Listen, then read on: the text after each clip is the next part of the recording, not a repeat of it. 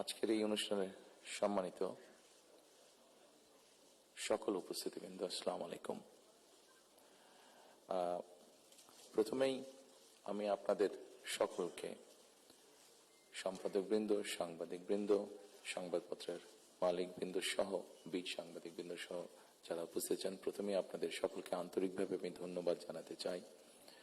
আমি দেশে আসার পরে খুব স্বল্পতম সময়ে এই অনুষ্ঠানটি আয়োজন করেছি এবং আপনারা যে কষ্ট করে অনুষ্ঠানে এসেছেন তার জন্য আমি আন্তরিকভাবে আমার এবং দলের পক্ষ থেকে আমি ধন্যবাদ জানাতে চাই। সম্মানিত উপস্থিতিবৃন্দ, যারা এখানে এই মঞ্চে এসে একটু আগে বক্তব্য রেখেছেন, তাদের সকল বক্তব্য থেকে খুব পরিষ্কারভাবে কয়েকটি জিনিস বোধহয় ফুটে উঠেছে, অর্থাৎ আগামী দিন, ফিউচার। এবং ফিউচারটাকে যদি আমরা 2-3 ভাগে ভাগ করি তাহলে একটি দেখতে পাচ্ছি, সেটি ব্যক্তি হিসাবেই হোক অথবা একজন সংবাদ কর্মী হিসাবেই হোক, আপনার স্বাধীনতা, আপনার নিরাপত্তা। আমরা আরেকটি জিনিস মনে হয় আমার চোখে যেটা পড়েছে যারা বক্তব্য রেখেছেন, সেটি হচ্ছে যে গণতান্ত্রিক বা রাজনৈতিক যে অধিকারটি মানুষের, আপনার, আমার, আমাদের সকলের, সেটির ব্যাপারে একটা কনসার্ন সকলে এক্সপ্রেস করেছেন। এবং খুব সম্ভবত একজন বক্তাই এখানে একটি কথা বলেছেন, সেটি হচ্ছে যে আগামী দিন, ফিউচারটা কেমন হবে। আমি দেশে অনেকদিন থাকতে পারিনি, কি কারণে সে প্রসঙ্গে গেলাম না, আপনাদের কম বেশি ধারণা আছে। তবে সারাক্ষণই দেশের সাথে আমার যোগাযোগ ছিল। দেশের মানুষের সাথে কি হয়েছে, এখানে মাহমুদুর রহমান সাহেব বলেছেন একটি উদাহরণ দিয়ে, ওনার প্রতি পূর্ণ সম্মান রেখে আমি বলতে চাইছি, ওনার সাথে ওনার রক্তমাখা ছবি এখনো আমার চোখের সামনে ভাসে। কাজেই ওনার সাথে কি হয়েছে আমি যেমন জানি, রুহুল আমিন গাজী সাহেবের সাথে কি হয়েছে, যেভাবে উনি মৃত্যুবরণ করেছেন জেলের মধ্যে, সেটি আমি জানি। এবং সবচেয়ে বড় বিষয় হচ্ছে আমার 60 লক্ষ নেতাকর্মী, এবং তার থেকে আরেকটি হৃদয় বিদারক আমার জন্য হচ্ছে, সেটি হচ্ছে আমার মায়ের সাথে কি হয়েছে। কাজে এই ঘটনাগুলো যদি আমরা সকলে সবগুলোকে এক করি, তাহলে যারা দেশে ছিলেন আপনারা, তারা অবশ্যই আমার থেকে একটু বেটার ভালো জানবেন। তবে আমি একদম যে জানি না বোধহয় বিষয়টি তা নয়, আমার একটি ধারণা আছে। সম্মানিত উপস্থিতিবৃন্দ, যে কথাগুলো প্রায় সকলেই বলে গিয়েছেন, এই কথাগুলো যদি আমরা আলোচনা করাই যাবে অনেকক্ষণ ধরে। আপনারা আপনাদের মূল্যবান সময় ব্যয় করে এখানে এসেছেন। আমি এই কথাগুলোর মধ্যে থেকে একটু সরে এসে কিছু কথা বলতে চাই। আমাদের সমস্যা ছিল, আমাদের সমস্যা আছে। অবশ্যই আমরা 5ই আগস্টের আগে ফিরে যেতে চাই না। আমি আমার অবস্থান থেকে যদি চিন্তা করি, আমার এক পাশে 1981 সালের একটি জানাজা, একই সাথে আমার এক পাশে 2025 সালের 31 ডিসেম্বরের একটি জানাজা, আর আমার আরেক পাশে 2024 সালের 5ই আগস্টের একটি ঘটনা। কাজে আমার মনে হয় এটি শুধু বোধহয় আমার একার জন্য নয়, যারা আমার দলের নেতা কর্মী সদস্য এবং সামগ্রিকভাবে পুরা দেশের মানুষের সামনে বোধহয় এই দুটি উদাহরণ বোধহয় সবচাইতে বাদ বিবেচনা করার জন্য সবচাইতে ভালো উদাহরণ, যে আসলে 5ই আগস্টে ফিরে যাওয়ার কোনোই কারণ নেই আমাদের। প্রিয় উপস্থিতিবৃন্দ, হিংসা, প্রতিশোধ, প্রতিহিংসা একটি মানুষ, একটি দল বা যেভাবে আমরা বিবেচনা করি, তার পরিণতি কি হতে পারে আমরা দেখেছি 5ই আগস্ট। এবং আমি সেজন্যই সকলকে অনুরোধ করব, দল মত নির্বিশেষে আমাদের মধ্যে মত পার্থক্য থাকবে, কিন্তু আমরা যদি চেষ্টা করি তাহলে সেই মত পার্থক্যের মধ্যে রেখে আলোচনার মাধ্যমে সেটি অনেক সমস্যার সমাধান হয়তো আমরা বের করে আনতে সক্ষম হব। কিন্তু কোনোভাবেই সেটি যাতে মত বিভেদের পর্যায়ে চলে না যায়। বিভেদ হলে জাতিকে বিভক্ত করে ফেললে কি হতে পারে আমরা দেখেছি। আজকে সেই জন্য অনেকের মুখে অনেক হতাশার কথা আমরা শুনি, কিন্তু তারপরেও আসার কথা হচ্ছে যে তাদের কাছে ভবিষ্যতের চিন্তাও আছে, ভবিষ্যতের পরিকল্পনা আছে। এখানে একজন বক্তা বলেছেন, পানির কথা বলেছেন। ওনার সাথে আমার কিছুদিন আগে কথা ছিল, ওনার সামনে আমি আরো বিষয় তুলে ধরেছি। আমার দেশে ফিরে আসার পরে আমি যে কবার আমার বাইরে যাওয়ার একটু বেশি সুযোগ হয়েছে, আমি সাভারে গিয়েছিলাম, আরো কয়েকটি জায়গায় গিয়েছিলাম। আমার কাছে মনে হয়েছে নতুন প্রজন্ম একটি গাইডেন্স চাইছে, নতুন প্রজন্ম একটি আশা দেখতে চাইছে। শুধু নতুন প্রজন্ম না, আমার কাছে মনে হয়েছে প্রত্যেকটি প্রজন্মই মনে হয় কিছু একটি গাইডেন্স চাইছে। আমরা যারা রাজনীতিবিদ করি আমাদের কাছে হয়তো অনেক প্রত্যাশা, সকল প্রত্যাশা হয়তো বা পূরণ করা সম্ভব নয়, কিন্তু আমরা রাজনীতিবিদরা যদি 1971 সাল, 1990 সাল, 2004-এর 24 সালের 5ই আগস্ট এই সবগুলোকে আমাদের সামনে রেখে আমরা যদি দেশের স্বাধীনতা, দেশের সার্বভৌমত্বের জন্য কাজ করি, তাহলে নিশ্চয়ই আমার কাছে মনে হয় একজন রাজনৈতিক কর্মী হিসাবে আমি দৃঢ়ভাবে বিশ্বাস করি আমরা জাতিকে একটি সঠিক ডাইরেকশনে নিয়ে যেতে সক্ষম হব। আমি জানি না এটা কতটুকু রিলেটেড, একটি ছোট ঘটনা আপনাদের সামনে তুলে ধরতে চাই। আমাকে চিকিৎসার জন্য এই দেশ থেকে 2008 সালে চলে যেতে হয়েছিল যুক্তরাজ্যে। 2008 সালে যাবার পরে 2010 সালে সেখানে প্রথম একটি নির্বাচন আমি দেখেছিলাম। তো যেহেতু সেটি নির্বাচন ছিল, স্বাভাবিকভাবে রাজনৈতিক কর্মী হিসাবে আমার একটি ইন্টারেস্ট ছিল। টিভির সামনে বসে আমি ডিবেট দেখছিলাম। সেখানে দুজন নেতার মধ্যে, দুটি মেইন দলের নেতার মধ্যে, লেবার এবং কনজারভেটিভ, অনেকদিন ধরে লেবার ছিল, 2010 সালে নির্বাচনে কনজারভেটিভ আসে। তো দুই দলের দুই নেতার মধ্যে একটি আলোচনা হচ্ছিল। খুব দুঃখজনক হলো, বাংলাদেশ বাদই দিলাম, শুধু ঢাকা শহরের মধ্যেই কোনো অ্যাম্বুলেন্স সার্ভিস নেই। গত 54-55 বছরে আমরা মানুষের চিকিৎসা সেবার জন্য অ্যাম্বুলেন্স সার্ভিস গড়ে তুলতে সক্ষম হইনি। এটি খুবই দুঃখজনক ব্যাপার। তো এই অ্যাম্বুলেন্স সার্ভিস নিয়ে দুই নেতার মধ্যে তখন কথা হচ্ছিল। খুব সম্ভবত তখন যতটুকু আমার মনে আছে, তখন এমার্জেন্সির জন্য অ্যাম্বুলেন্স সার্ভিস কল করলে 20 মিনিটের মতন সময় লাগতো আসতে অ্যাম্বুলেন্সের। একজন বলছে 20 মিনিট লাগে, এটাকে আমরা 19 মিনিট করবো। আরেকজন বলছিল যুক্তি তর্ক দিয়ে যে 20 মিনিট লাগে, এটাকে আমরা 15 মিনিটে নিয়ে আসবো। অর্থাৎ একজন 1 মিনিট কমাচ্ছে, একজন 5 মিনিট কমাচ্ছে। এই কাজটি তারা তাদের জনগণের জন্যই করতে চাইছে। আমার মনে হয় এখানে যেটা একটু আগে মাহফুজ আলম সাহেব যে পানির কথাটি বললেন, খুব সঠিকভাবে বলেছেন। ঠিক এখন যেভাবে চলছে এইভাবে যদি চলে, আমার যতটুকু ধারণা আগামী 10 থেকে 15 বছর, হার্ডলি 20 বছর পরে ঢাকা শহরে কোনো জায়গায় থেকে পানি আমরা পাবো না। আমাদের বুড়িগঙ্গা নদী সম্পূর্ণ রকম পলিউটেড, 100% পলিউটেড। শীতলক্ষা নদী 50%-এর মতন পলিউটেড। এখন মেঘনা নদী থেকে পানি আনার চেষ্টা করা হচ্ছে, আসছে বোধহয় একটা প্রজেক্ট কাজ হচ্ছে, কিন্তু এটার পানি আগামী 10 থেকে 15 বছরের মধ্যে পলিউটেড হয়ে যাবে। ঢাকা শহরে যে 3.5 কোটি মানুষের মতন মানুষ বাস করছে, এদের কেউ পানি পাবে না। পানির অপর নাম জীবন।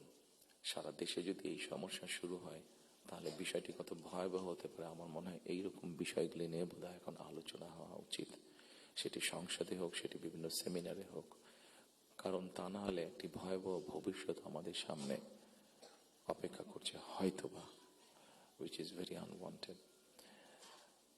সম্মানিত উপস্থিতিবৃন্দ, একই সাথে আমরা যদি একটু খেয়াল করে দেখি, আমাদের 20 কোটির মতন মানুষ এই দেশে, এবং এই দেশে 20 কোটি মানুষের মধ্যে একটি বড় অংশ হচ্ছে তরুণ সমাজের সদস্য।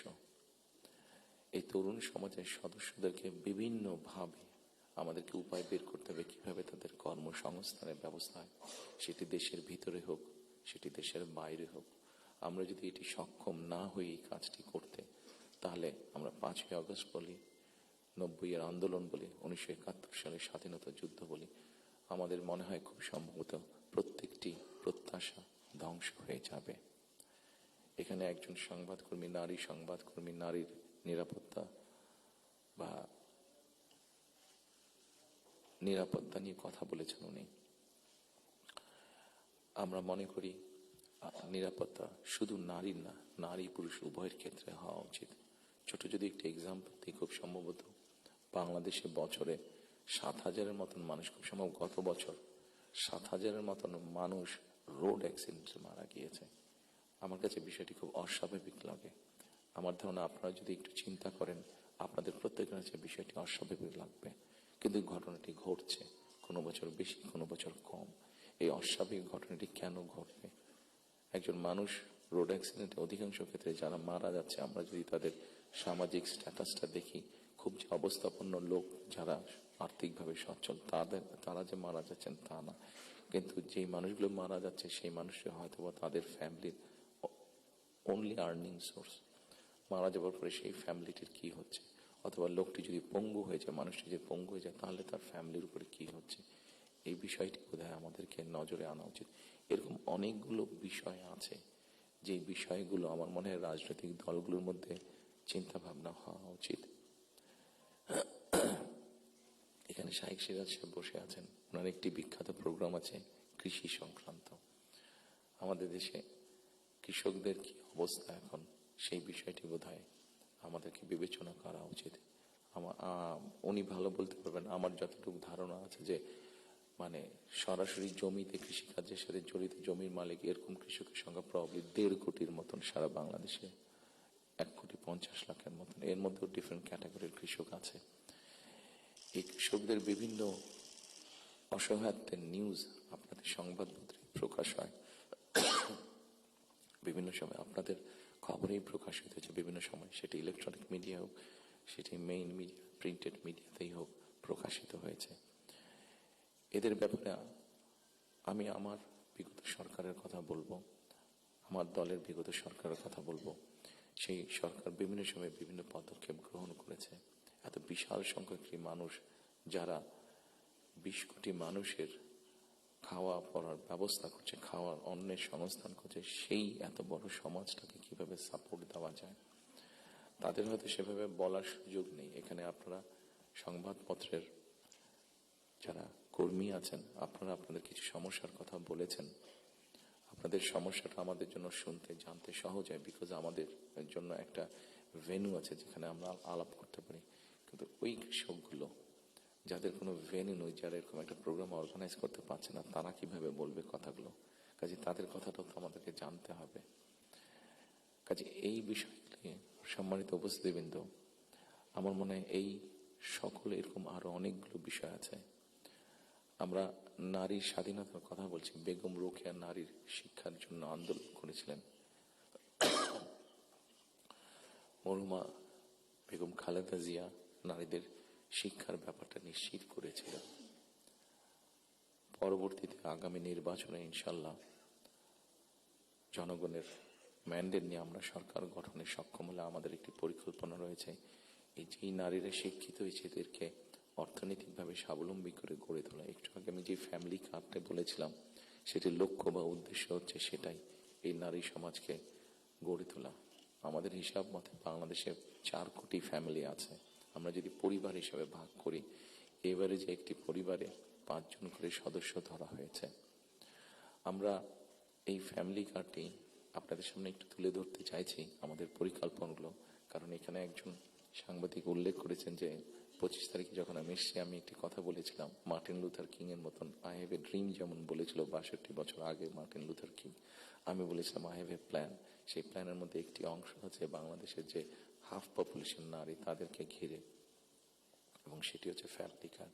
ফ্যামিলি কার্ডের মাধ্যমে ইটস নট যে একটা ফ্যামিলি কার্ড যে নারী পাবে সেটি সে সারা জীবন পাবে। একজন গৃহিণী বা একজন হাউস ওয়াইফ যে পাবেন কার্ডটা সারা জীবনের জন্য না, আমরা 5 থেকে 7 বছর দেব। এই 5 থেকে 7 বছর তাকে আমরা একটা সাপোর্ট দেওয়ার চেষ্টা করব। সেটা টাকার হিসাবে হতে পারে, অথবা এসেনশিয়াল ফুড আইটেমের হিসাবে হতে পারে। কারণ আমরা দেখেছি যে একজন নারী বা একজন স্ত্রীকে বা একজন গৃহিণীকে যদি একটি সাপোর্ট দেওয়া হয়, সেটি সে তার ফ্যামিলির জন্য সঠিকভাবে খরচ করে দেন একজন পুরুষ।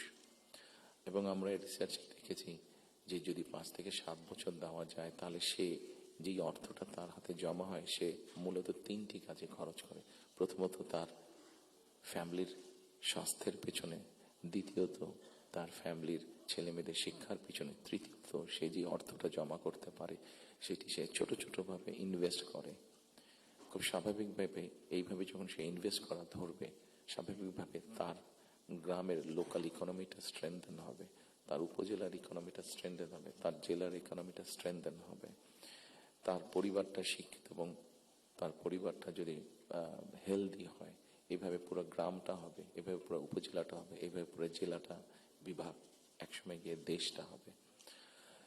4 কোটি ফ্যামিলির মধ্যে আপনারা বলতে পারেন একবারে কি দেওয়া সম্ভব কিনা? না, 4 কোটি ফ্যামিলির মধ্যে একবারে দেওয়া সম্ভব না। গ্র্যাজুয়ালি আমরা যাব, যারা প্রান্তিক, যারা যাদের যাদের নিডফুল, আন্ডার প্রিভিলেজ, তাদেরকে দিয়ে আমরা শুরু করব।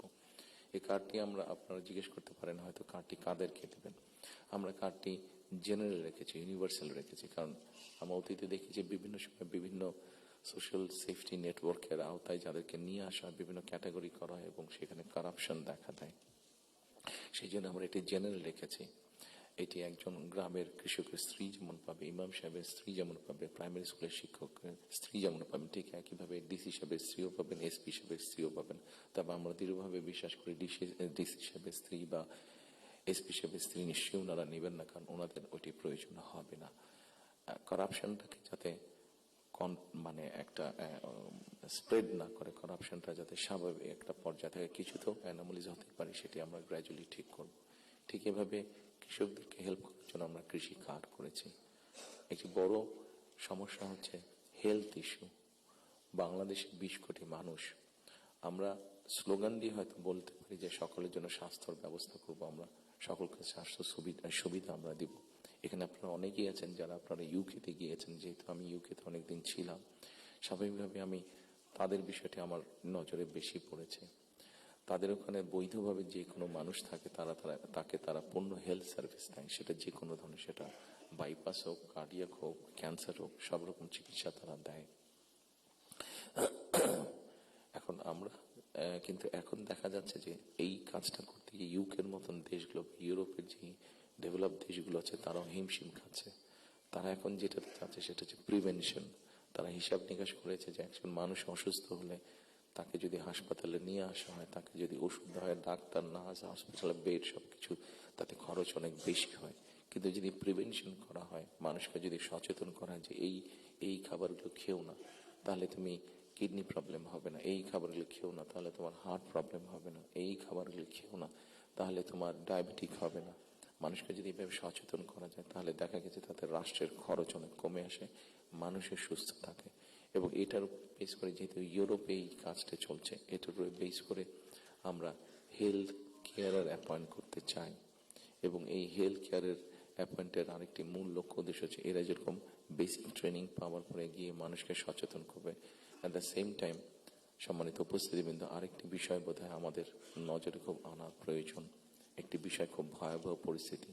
মাহফুজ আলম সাহেব যেরকম পানির কথা বলেছেন, সেরকম আরেকটি ভয়াবহ পরিস্থিতি হচ্ছে যে আমাদের জনসংখ্যা যেভাবে বাড়ছে, আমরা যদি সৌদি আরব বা কুয়েতের সবগুলো তেল খনিও এখানে নিয়ে আসি, তাহলে হয়তো আমরা এই এত রিসোর্স দিয়ে আমরা এত মানুষকে সমস্যার সমাধান করতে পারবো না। সেই জন্য আমাদেরকে অবশ্যই পপুলেশন কন্ট্রোলে যেতে হবে, আমাদের দেশের জনসংখ্যাকে সীমাবদ্ধতার মধ্যে আনতে হবে। এবং সেই জন্য এই হেলথ কেয়ার যে নিয়োগ হবে, এই হেলথ কেয়ারের শতকরা 80 থেকে 85% আমরা 1 লক্ষের মতন আমাদের টার্গেট নিয়োগ করা। এই হেলথ কেয়ারের 80 থেকে 85% আমরা নারী কর্মীকে নিয়োগ করতে চাই, যাতে নারী কর্মীরা গিয়ে ঘরে ঘরে বোঝাতে সক্ষম হন যে কি জন্য প্রয়োজন হাইজিন মেনটেন করা এবং পরিবারকে সুস্থ রাখা, এট দ্য সেম টাইম পরিবারকে একটি রিজনেবল সাইজের মধ্যে রাখা, পরিবারের সদস্য সংখ্যা। ঠিক একইভাবে কৃষকের কথা আপনাদের সামনে বলেছি, যেই বিষয়টি আমি আপনাদের সামনে একটু আগে উল্লেখ করেছিলাম সম্মানিত উপস্থিতিবৃন্দ, সেটি হচ্ছে যে বিরাট এক তরুণ সমাজের সদস্য আমাদের আছেন। এই তরুণ সমাজের সদস্যদেরকে, সেটি গ্রামে হোক সেটি শহরে হোক, বিভিন্ন জনের বিভিন্ন কোয়ালিফিকেশন বা শিক্ষা ব্যাকগ্রাউন্ড আছে, সেটার উপরে বেস করে আমরা ভোকেশনাল টেকনোলজিক্যাল ইনস্টিটিউশনকে আমরা মডার্নাইজ করতে চাই। আমাদের ভোকেশনাল এবং টেকনোলজিক্যাল ইনস্টিটিউশন যেগুলো আছে সেগুলোর মধ্যে প্রায় 200-250 মতন সাবজেক্ট আছে যেগুলোর এত প্রয়োজন নেই আমাদের। আমরা এর মধ্যে কিছু কাজ করেছি, প্রাইমারি কাজ করেছি, যে নর্মালি যেসব দেশে আমাদের মানুষ যেতে পারবে বা পারে, যেমন তার একটা বড় অংশ হচ্ছে মিডল ইস্ট, সেখানে কি কি কাজের স্কোপ আছে আগামী 5 থেকে 10 বছর। একটি বড় মার্কেট হচ্ছে মানুষ যাবার জন্য, দেশ থেকে স্কিল শ্রমিক যাওয়ার মতন একটি বড় মার্কেট আস্তে আস্তে তৈরি হচ্ছে জাপানে, আস্তে আস্তে তৈরি হচ্ছে ইউরোপে, ইভেন চায়নাতেও তৈরি হচ্ছে। আমরা মোটামুটিভাবে একটি অ্যানালাইসিস করে দেখেছি কি কি ধরনের মানুষ এখানে যেতে পারে, সেটার উপরে বেস করে আমরা আমাদের ভোকেশনাল ইনস্টিটিউটগুলোকে আমরা সেইভাবে মডার্নাইজ করতে চাইছি। আপনারা নিশ্চয়ই খেয়াল করেছেন, যেহেতু আপনারা সংবাদ কর্মী, আপনারা নিশ্চয়ই খেয়াল করেছেন গত কয়েকদিনে আমার সাথে বেশ কিছু বিদেশি ডিপ্লোমেট দেখা করেছেন। ওনাদের মধ্যে যে সকল দেশগুলো এই ভোকেশনাল এবং টেকনিক্যাল ইনস্টিটিউশনে ওনারা অনেক ডেভেলপ, তাদেরকে আমরা বলেছি যে আপনাদেরকে এই সহযোগিতা করতে হবে। ওনারা খুশি মনে আমাদেরকে বলেছেন যে ওনারা এই ব্যাপারে সহযোগিতা করবেন। আমরা যদি আমাদের ছেলেদেরকে, এই মুহূর্তে 8 থেকে 10 লক্ষ মানুষ প্রতি বছর বিদেশে যাচ্ছে, তার মধ্যে প্রায় 6.5-7 লক্ষ মানুষ মধ্যপ্রাচ্যে যাচ্ছে, কিন্তু আপনারা যদি খেয়াল করে দেখেন যে তারা যে যাচ্ছেন মধ্যপ্রাচ্যে, তারা কিন্তু আনস্কিল্ড হিসেবে যাচ্ছেন। তাদেরকে যদি আমরা কিছুটা ভাষা শিখিয়ে দিতে পারি এবং সেখানে যেই কাজগুলোতে তারা যাচ্ছেন সেগুলোর ব্যাপারে মিনিমাম ট্রেনিং দিয়ে দিতে পারি, তাহলে কিন্তু গিয়ে তারা ওখানে বেটার করতে সক্ষম হবেন। ঠিক এইভাবে যদি আমরা রিসার্চ করে যদি মার্কেটগুলোকে বের করতে পারি, তাহলে দেশের বাইরে আমরা বহু সংখ্যক অ্যাকাউন্ট, যে 8 থেকে 10 লাখ, অ্যাবাউট 1 মিলিয়ন মানুষ বিদেশে যাচ্ছে, এটাকে খুব সহজে 2 থেকে 3 বছরের মধ্যে পসিবলি 1.5 to 2 মিলিয়ন করা যাবে। 15 থেকে 20 লক্ষ মানুষ করা যাবে। এবং 15 থেকে 20 লক্ষ মানুষ শুধু যাচ্ছেন না, তাদেরকে যদি ট্রেনিং এবং ল্যাঙ্গুয়েজ দিয়ে আমরা পাঠাতে পারি, তাহলে ভ্যালু অ্যাড হবে।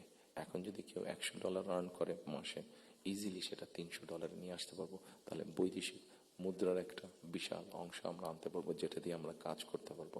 আপনারা যেরকম বিভিন্ন বিষয়ে উল্লেখ করেছেন, বিভিন্ন দাবি দেওয়ার, সেই জিনিসগুলো আমরা পূরণ করতে পারবো।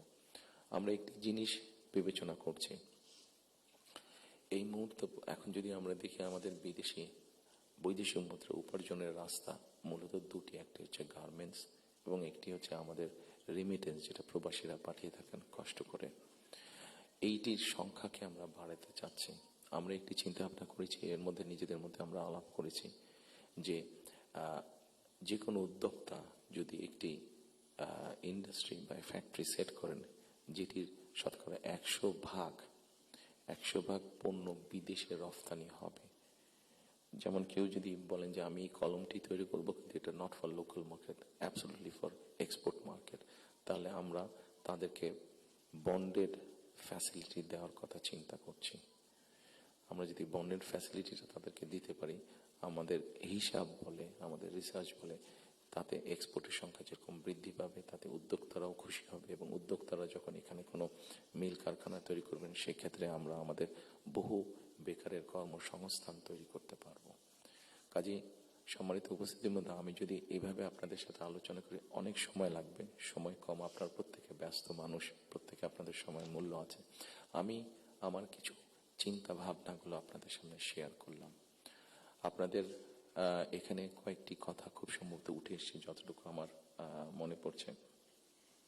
এখানে নয়া দিগন্ত সম্পাদক সাহেব একটু আগে বলেছেন যে আমার প্ল্যানটা পরিষ্কার না। আমার মনে হয় পরিষ্কার না হলেও কিছুটা হয়তো আমি পরিষ্কার করতে সক্ষম হয়েছি।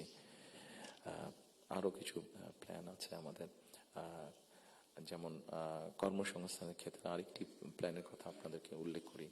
যেমন আইটি সেক্টরে আমাদের অনেক ইয়াং ছেলে মেয়ে আছে যারা আইটি সেক্টরে কাজ করছেন।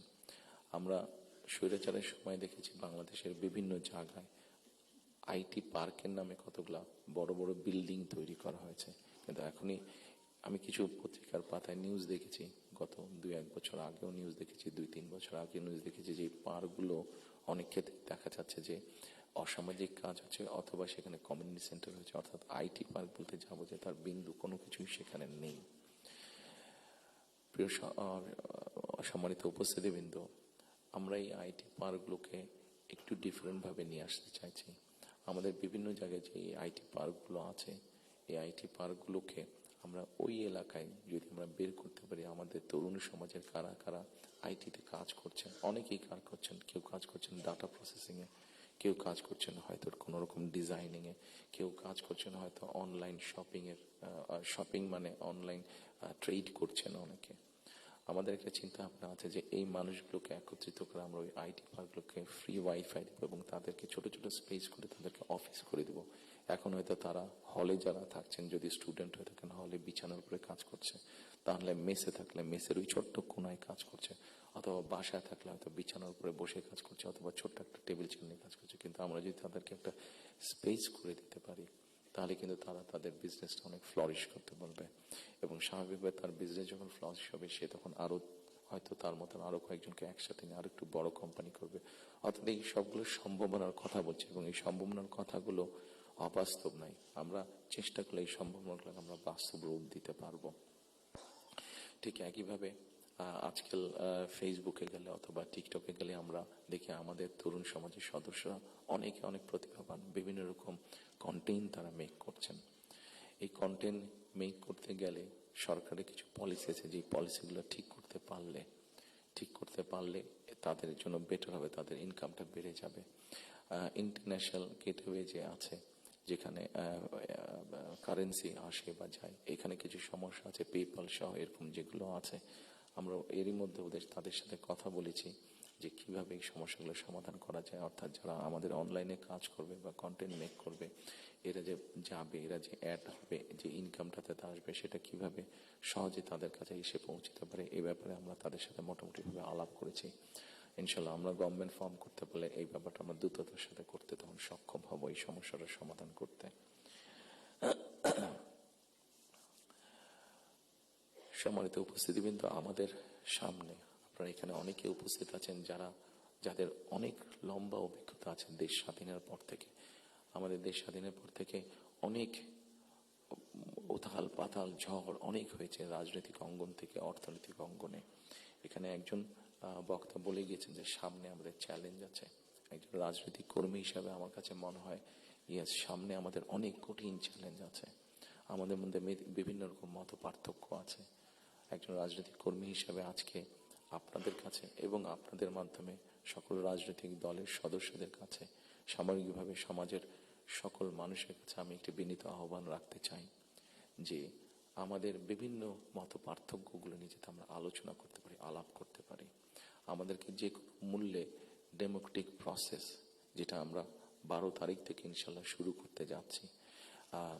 এখানে এনটিভির আমাদের ওনার নামটা আমি জি জহিরুল আলম সাহেব অনেক আগে আমার একটা ইন্টারভিউ নিয়েছিলেন। আমি ওনাকে খুব সম্ভবত ওনাকে বলেছিলাম, অথবা মতি ভাই এখানে উপস্থিত আছেন, মানব জীবনের মতি ভাই, খুব সম্ভব ওনার ইন্টারভিউতে আমি বলেছিলাম যে আমাদেরকে যে কোনো মূল্যে হোক ডেমোক্রেটিক প্রসেসটা চালু রাখতে হবে, আমাদের জবাবদিহিতাটা চালু রাখতে হবে যে কোনো মূল্যে।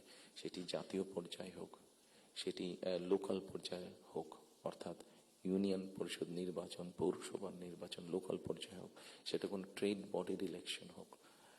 আমার ব্যক্তি যেটা বিশ্বাস, আমরা যে কোনো মূল্যে যদি এই যে জবাবদিহিতাটা, গণতান্ত্রিক প্রসেসটা যদি আমরা কন্টিনিউ করতে পারি, অনেক বেগ হয়তো আসবে, অনেক কঠিন হবে, কিন্তু একটা সার্টেন টাইম পর পর আমরা যদি গণতান্ত্রিক প্রসেসটাকে কন্টিনিউ করে যেতে পারি, তাহলে নিশ্চয়ই আমরা অবস্থার পরিবর্তন ঘটাতে সক্ষম হব। এবং আরেকটি কথা, কাউকে আঘাত না করি আমি বলতে চাইছি, কোনো রাজনৈতিক দলের নেতা সদস্য কাউকে আমি আঘাত করতে চাইছি না। আমি আমার চিন্তাটা শুধু ওনাদের সামনে তুলে ধরতে চাইছি যে আসুন আমরা দেশের মানুষের শিক্ষা, দেশের মানুষের স্বাস্থ্য, দেশের নারীদের অধিকার, এম্পাওয়ারমেন্ট, কর্মসংস্থান, পরিবেশ, সবকিছু মিলিয়ে এই যে বিষয়গুলো, যেটি একটি সাধারণ মানুষের জন্য প্রযোজ্য, আমরা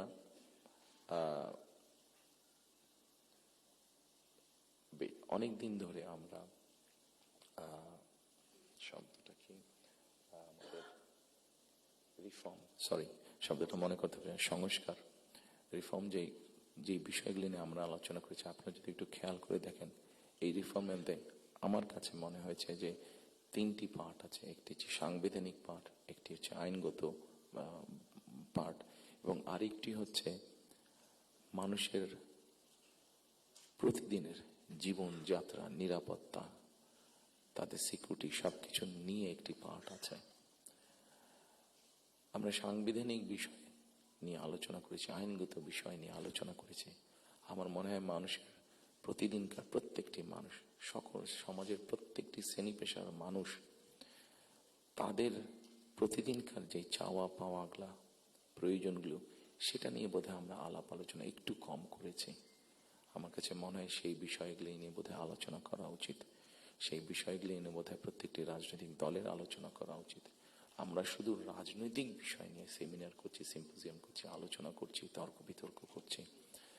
অবশ্যই ওগুলো প্রয়োজন আছে, কিন্তু অ্যাট দ্য সেম টাইম আমরা যদি মানুষের প্রতিদিনকার তার চিকিৎসা ব্যবস্থা কি হবে, তার কর্মসংস্থান কি হবে, তার পরিবারের সন্তানদের শিক্ষা ব্যবস্থা কি হবে, তার রাস্তায় বের হলে নিরাপদে সে ফিরে আসতে পারবে কিনা, এইরকম বিষয় যেগুলো আছে, এই বিষয়গুলো নিয়েও বোধহয় আমাদের আলোচনা আরো একটু বেশি হওয়া উচিত। এই বিষয়গুলো নিয়ে বোধহয় আমাদের প্ল্যান প্রোগ্রাম আরো একটু বেশি হওয়া উচিত। এই পলিসিগুলো নিয়ে বোধহয় আমাদের চিন্তা ভাবনা আরো একটু বেশি হওয়া উচিত। সম্মানিত উপস্থিতিবৃন্দ, সামনে নির্বাচন। আমি একটি রাজনৈতিক দলের সদস্য। স্বাভাবিকভাবেই আমরা 22 তারিখ থেকে আমাদের সকল রকম পরিকল্পনা নিয়ে জনগণের সামনে যাব। আপনারা যারা আজকে কষ্ট করে আমাদের আমন্ত্রণে এখানে এসেছেন, আবারও আপনাদেরকে আমি আমার এবং আমার দলের পক্ষ থেকে আন্তরিক ধন্যবাদ জানাতে চাই। একই সাথে আমরা ইনশাল্লাহ দেশের মানুষের সমর্থন নিয়ে সরকার গঠনে সক্ষম হলে যাতে আপনাদের কাছ থেকে এমন ধরনের আলোচনা, সমালোচনা আমরা পাই যেটা আমাদেরকে সাহায্য করবে দেশকে সামনে এগিয়ে নিয়ে যেতে। শুধু সমালোচনা করার জন্য নয়, আপনাদের কাছ থেকে এমন সমালোচনা আমরা পাই যাতে আমরা দেশের মানুষের যে সমস্যাগুলো আছে, সেই সমস্যাগুলো যাতে আমরা সমাধান করতে সক্ষম হই, আমরা সরকার গঠনে সক্ষম হলে, সেই প্রত্যাশা রেখে আবার আপনাদেরকে ধন্যবাদ জানিয়ে আমার বক্তব্য শেষ করছি। আসসালামু আলাইকুম।